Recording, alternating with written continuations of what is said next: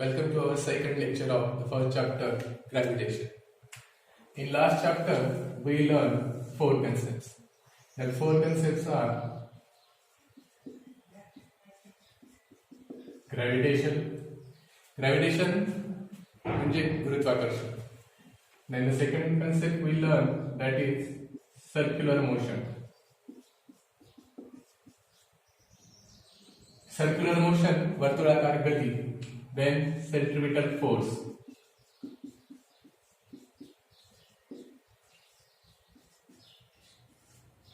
Centripetal force, अभिकेंद्री बल. And then we learn fourth point is Kepler's laws of motions. केपलरचे नियम.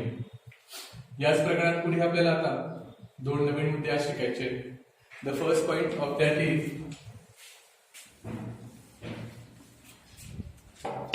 Newton's universal law of gravitation.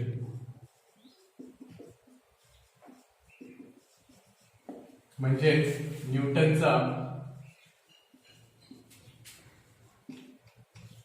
वैश्विक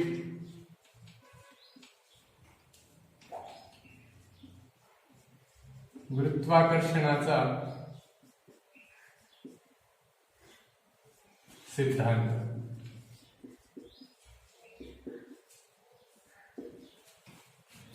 All the points and including Kepler's law, Newton leads to conclusion that it's universal law of gravitation.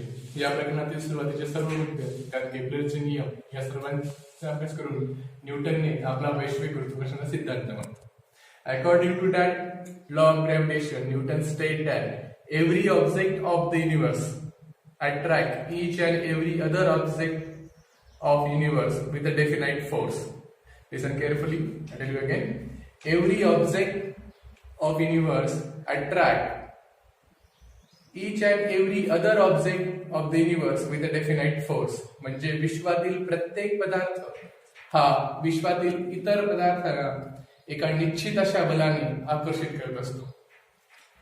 And the force is directly proportional to the product of masses of the two objects, and it is inversely proportional to the square of distance between them.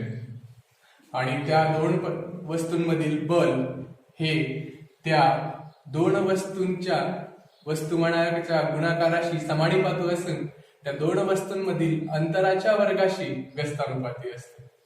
For an example, suppose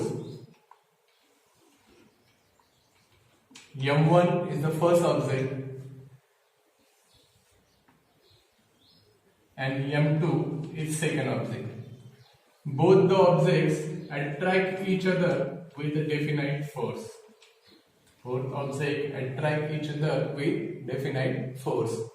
Newton stated that the force between them is directly proportional to the product of their masses.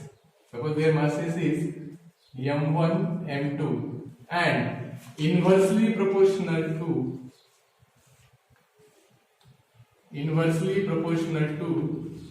the distance between square of distance between them. That is, F is directly proportional to M1, M2, and inversely proportional to D square. D is the distance between them. न्यूटननुसार त्या दोन पदार्थांमधील त्या दोन वस्तूंमधील आकर्षण बल हे त्या दोन वस्तूंच्या वस्तुमानाच्या गुणाकाराशी समानुपाती असून त्या दोन वस्तूंमधील अंतराच्या वर्गाशी व्यस्तानुपाती असते. We can rewrite it that F is equal to G into M1 M2 upon D square. F is equal to G into M1 M2 upon D square, where G stands for G is universal constant of gravitation.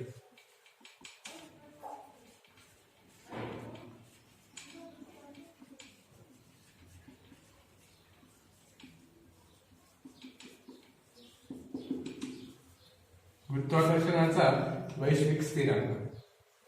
Now the value of G is first calculated by Cavendish, and the value of G is equal to 6.673 into 10 raised to minus 11. That is the value of G.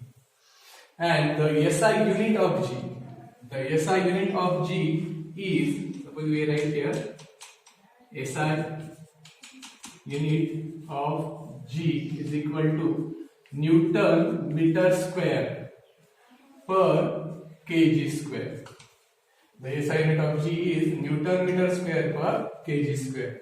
It will be written as Newton meter square per kg square. The G value of G is first calculated by Henry Cavendish, and it is expressed in the term as, suppose the two objects of 1 kg weight are placed each other from 1 meter distance, then it is the value of G in SI unit. It is the unit value of the G. By this process, Newton stated the law of gravitation. परत एकदा सांगतो की दोन वस्तूंमधील आकर्षण बल हे त्या दोन वस्तूंच्या गुणाकाराशी समानुपाती असून, इथे त्याचं वस्तुमान आपण m1 m2 मानलाय, गुणाकाराशी समानुपाती असून त्यांच्यातील अंतराच्या वर्गाशी ते व्यस्तानुपाती असते. म्हणून ते आपण परत लिहू शकतो F बरोबर G गुणिले m1 m2 छेद d स्क्वेअर. इथे G हा वैश्विक स्थिरांक आहे ग्रॅव्हिटेशनचा, ज्याची किंमत ही 6.773 गुणिले 10⁻11 आणि त्याचं SI युनिट आहे न्यूटन मीटर स्क्वेअर पर kg square.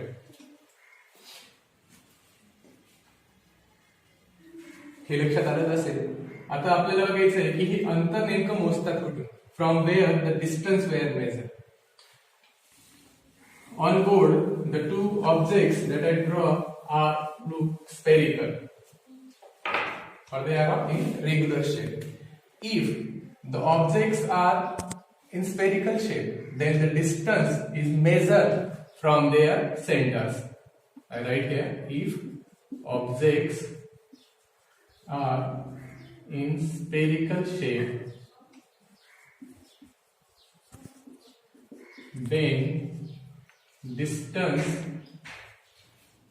between them is measured from their centers. Distance between them is measured from their centers. जर दिलेल्या वस्तू या गोलाकार नियमित आकाराच्या असतील तर त्यांच्यातील अंतर हे त्यांच्या केंद्रांपासून मोजले जाते.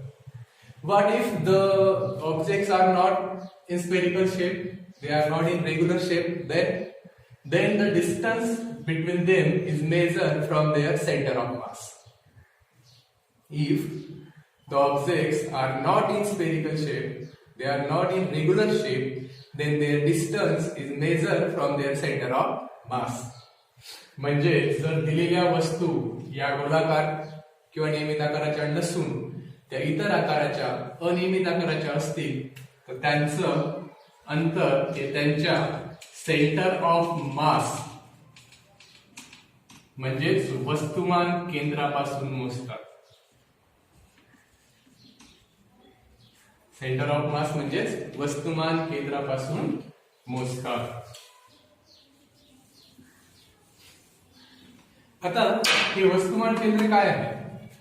The centre of mass is any point inside or outside the object. It is any point inside or outside the object in which all the mass of that object is assumed to be concentrated.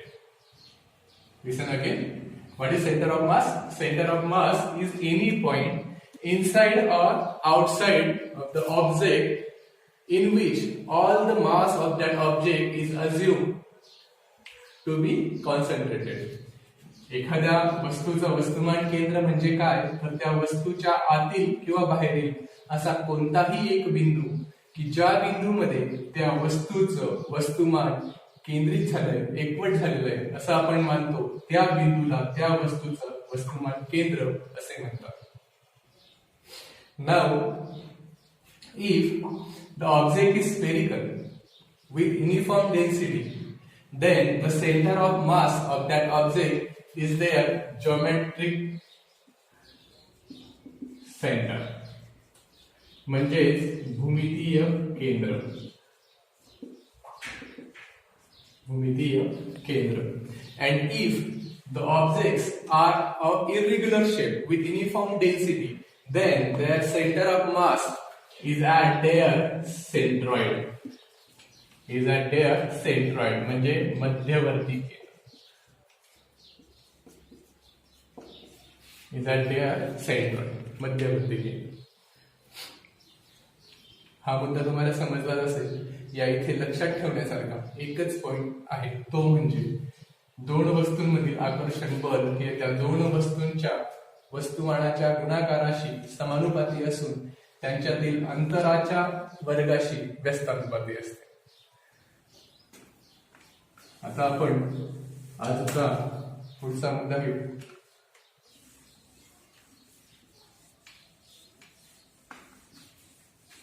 He term लक्षात असू द्या. कोणत्याही वस्तूचं centre of mass वस्तुमान केंद्र जर ती गोलाकार असेल तर जॉमेट्रिक सेंटर म्हणजे त्या वस्तूचं भूमितीय केंद्र असतं. आणि कोणत्याही वस्तूचं सेंटर ऑफ मास ती जर गोलाकार नसेल, अनियमित आकाराची असेल, तर ते तिचं सेंट्रॉइड म्हणजे मध्यवर्ती केंद्र असतं. The next point is uniform circular motion. Magnitude of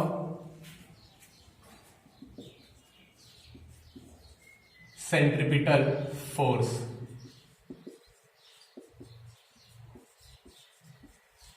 uniform म्हणजे मराठीमध्ये एक समान वर्तुळाकार गती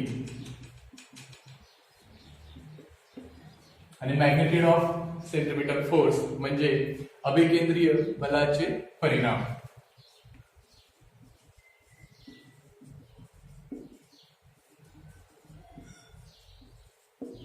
अभिकेंद्री बलाचे परिणाम.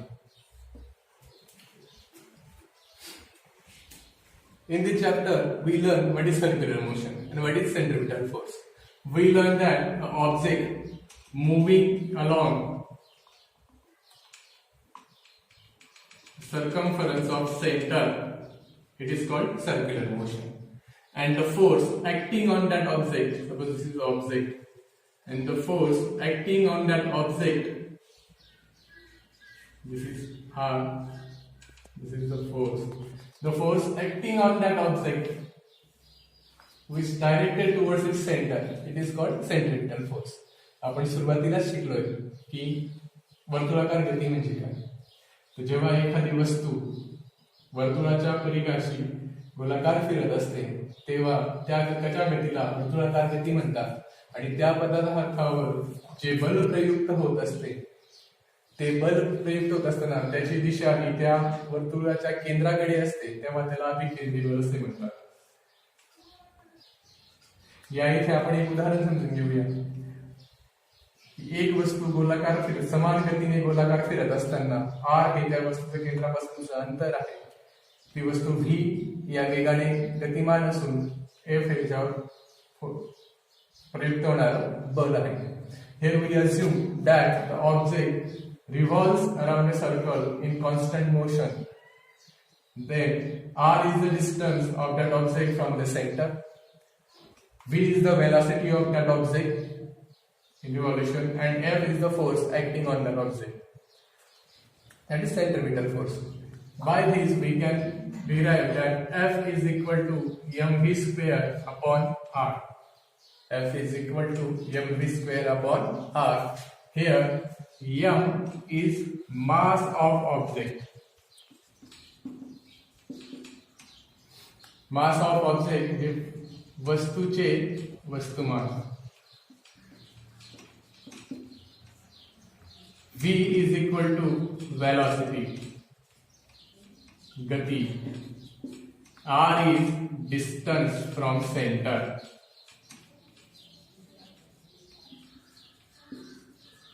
केंद्रापासून अंतर.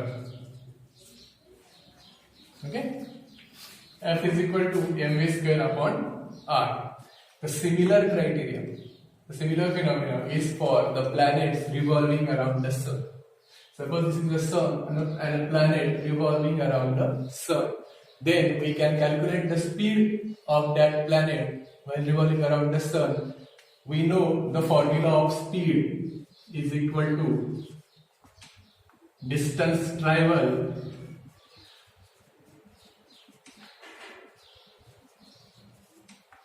upon time taken. आपल्या सगळ्यांना माहिती चाल किंवा वेग काढताना आपण कापलेले अंतर भागिले लागलेला वेळ यानुसार काढू शकतो. या इथे प्लॅनेटने, त्या ग्रहाने कापलेलं अंतर, the distance travel by the planet or is the one complete revolution around the sun, and the time taken is the time taken for the one revolution. That is, we can represent it with t, and the distance traveled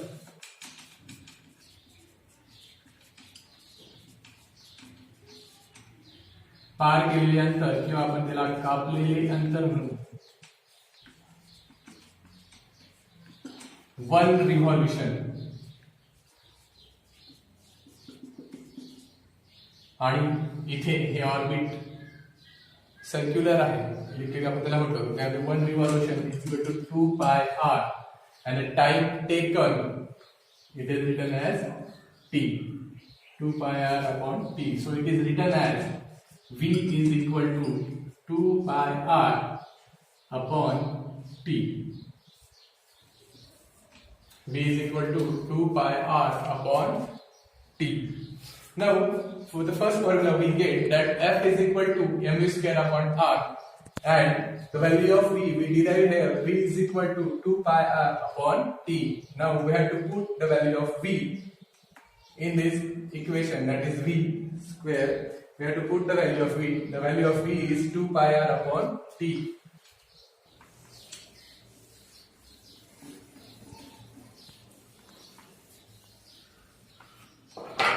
Here we write f is equal to m.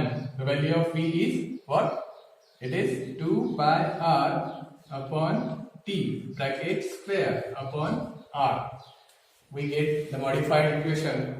Now by squaring we get f is equal to m. We write the 4. 2 square is 4.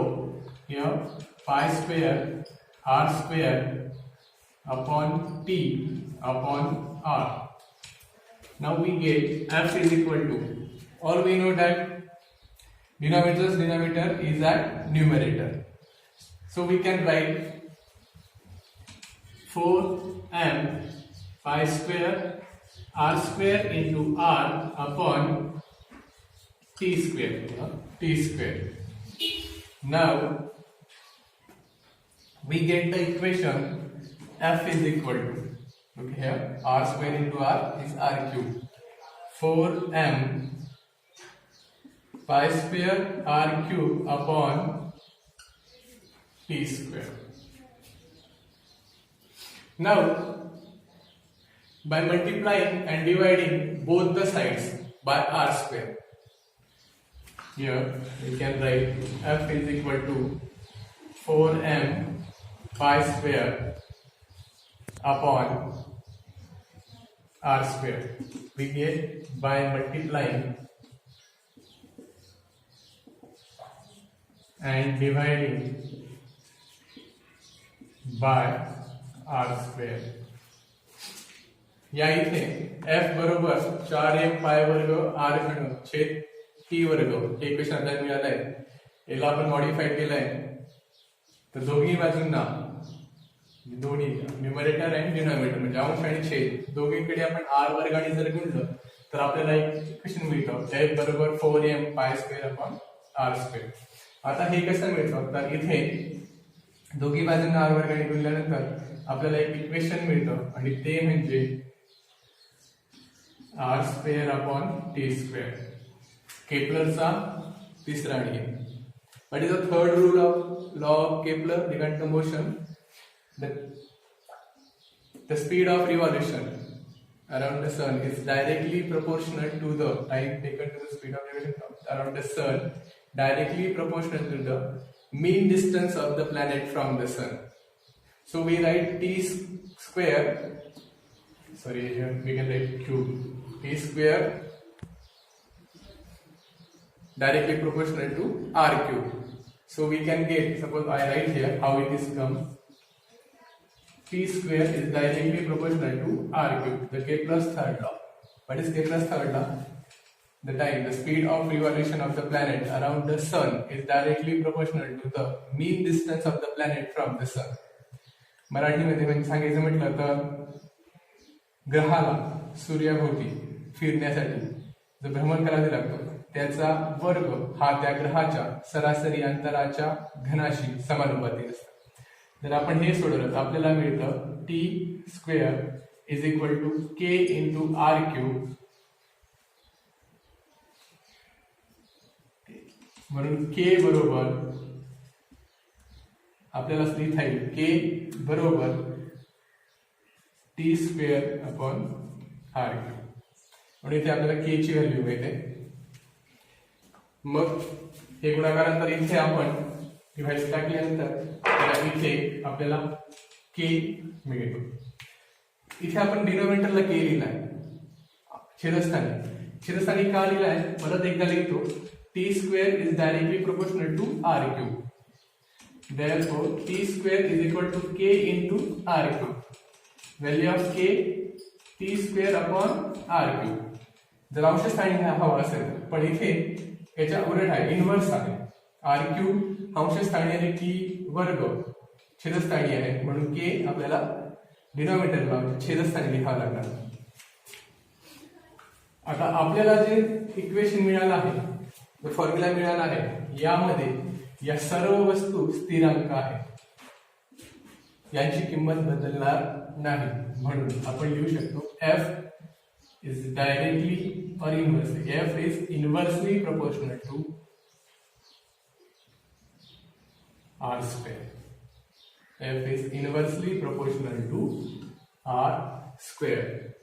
So the force acting on the planet which is revolve around the sun in orbit is not directly, inversely proportional to the distance of that planet from the sun.